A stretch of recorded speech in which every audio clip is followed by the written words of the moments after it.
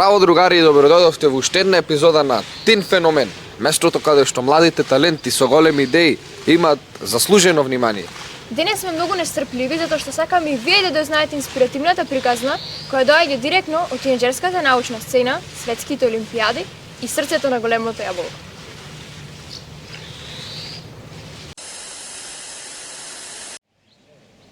Михаил, ти се бенди со некој летово? Да, ама мислам дека ме чувствува како пролетен ветер. Како така? Како? Пријатен и невидлив.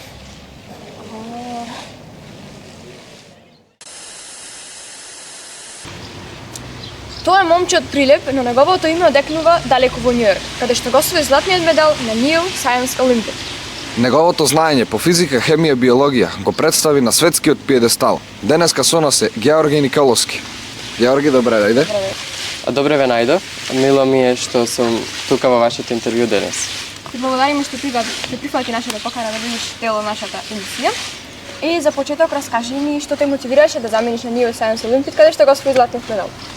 Па желбата за нови искуства, да се запознавам со нови култури и едноставно да запознавам нови другари, посебно некои другари кои што можат да ми помогнат во науката, ме мотивираше да присуствувам на еден ваков научен настан во светски ранг. Така, како изгледаше подготовката за тој надпревар?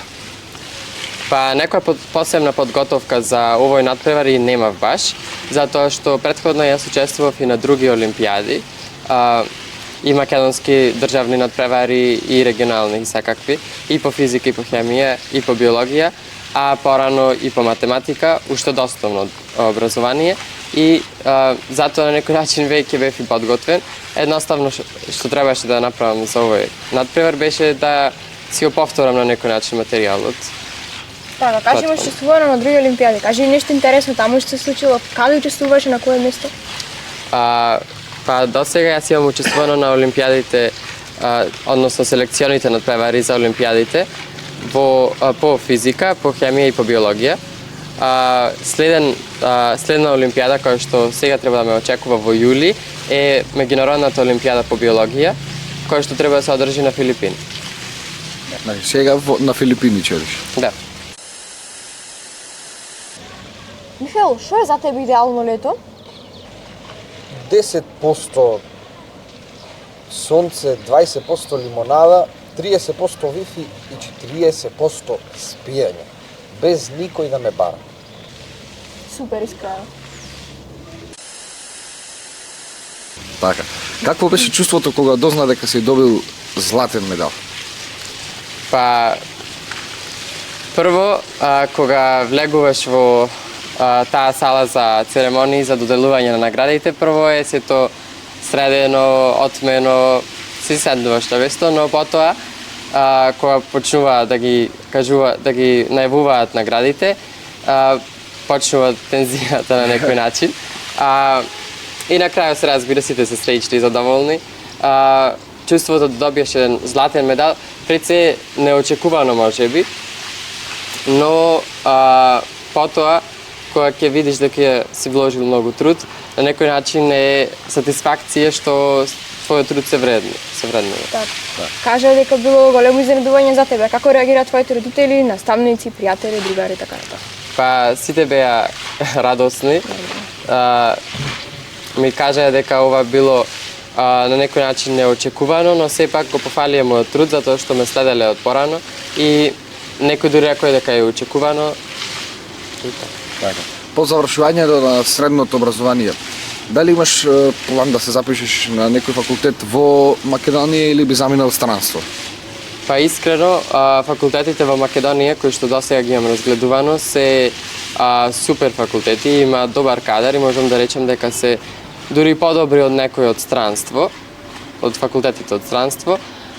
За тоа дали да студирам во странство или во Македонија се уште не сум одлучен, но јас сум сепак наклонет повеќе кон студирање во Македонија.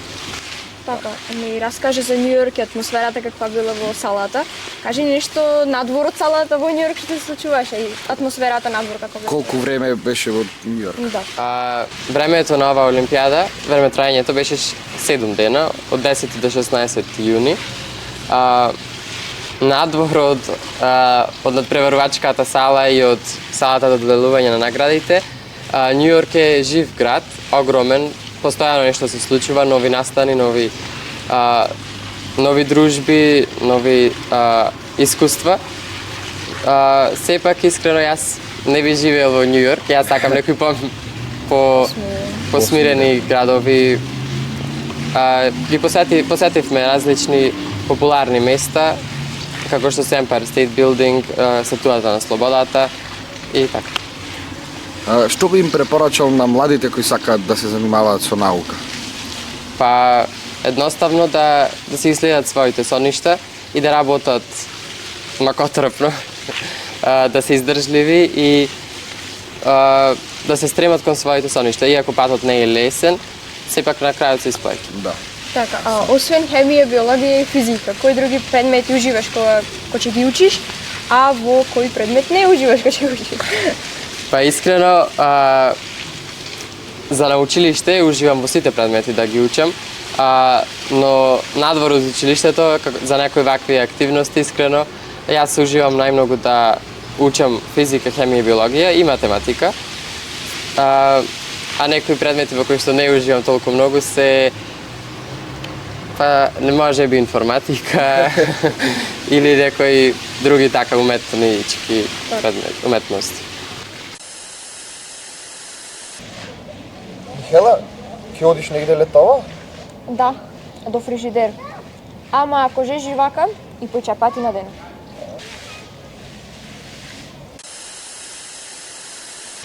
Како изгледа еден твој типичен ден, онака, преку недела? Па зависи дали работен или не работен. Во викенд повеќе од денот сум излезен, повеќе се дружам и имам некои такви слободни активности.